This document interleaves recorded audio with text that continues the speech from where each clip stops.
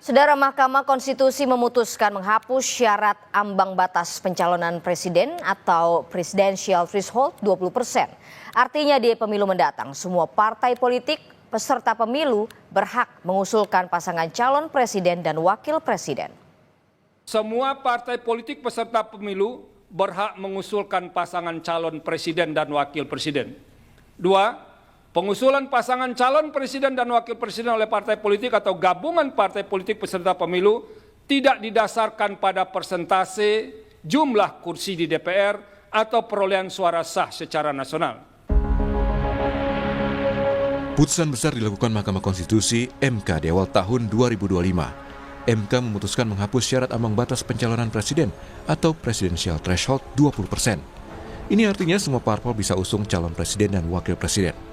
Permohonan pengajuan aturan ambang batas pencalonan presiden yang diajukan beberapa pihak dalam perkara nomor 62 dikabulkan MK.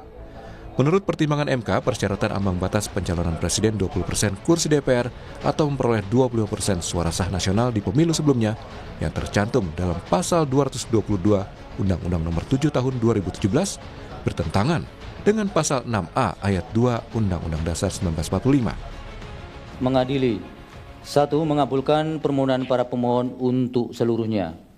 2. Menyatakan norma pasal 222 Undang-Undang Nomor 7 Tahun 2017 tentang Pemilihan Umum Lembaran Negara Republik Indonesia tahun 2017 Nomor 182 tambahan Lembaran Negara Republik Indonesia Nomor 6109 bertentangan dengan Undang-Undang Dasar Negara Republik Indonesia tahun 1945 dan tidak mempunyai kekuatan hukum mengikat. 3. Memerintahkan pemuatan putusan ini dalam Berita Negara Republik Indonesia sebagaimana mestinya. Pemerintah merespon putusan Mahkamah Konstitusi menghapus ambang batas pencalonan presiden. Menteri Hukum Supratman Andi Aktas memastikan pemerintah menghormati putusan MK.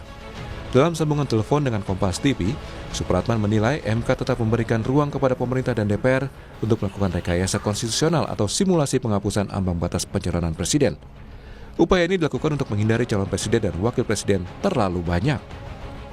Terkait dengan dimungkinkannya pembentuk undang-undang itu melakukan rekayasa konstitusional dengan memperhatikan 5 hal.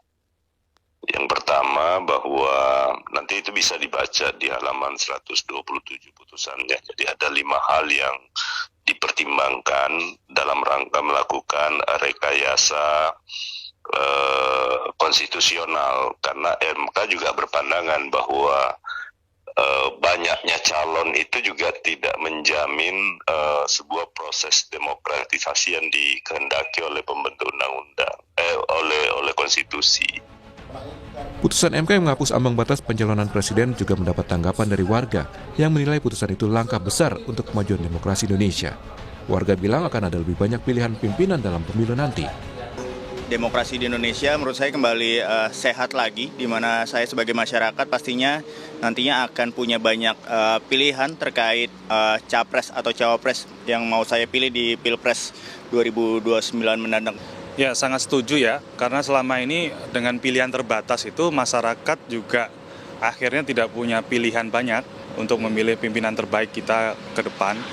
Dan saya harap ini bisa terus dikawal dan kemudian semoga saja DPR juga tidak akan mengubah aturan ini lagi. Kalau aku dari sisi Gen Z ya mungkin ya, anak muda ngerasanya emang demokrasinya jadi lebih kerasa gitu. Jadi semua orang bisa mengusungkan diri untuk menjadi presiden ataupun punya posisi di pemerintahan. Sementara menurut penggugat, ambang batas pencalonan presiden sudah digugat 36 kali. Itu artinya penggugat menilai ambang batas pencalonan presiden bermasalah. Dan kini putusan MK itu dinilai sebagai kemenangan rakyat Indonesia.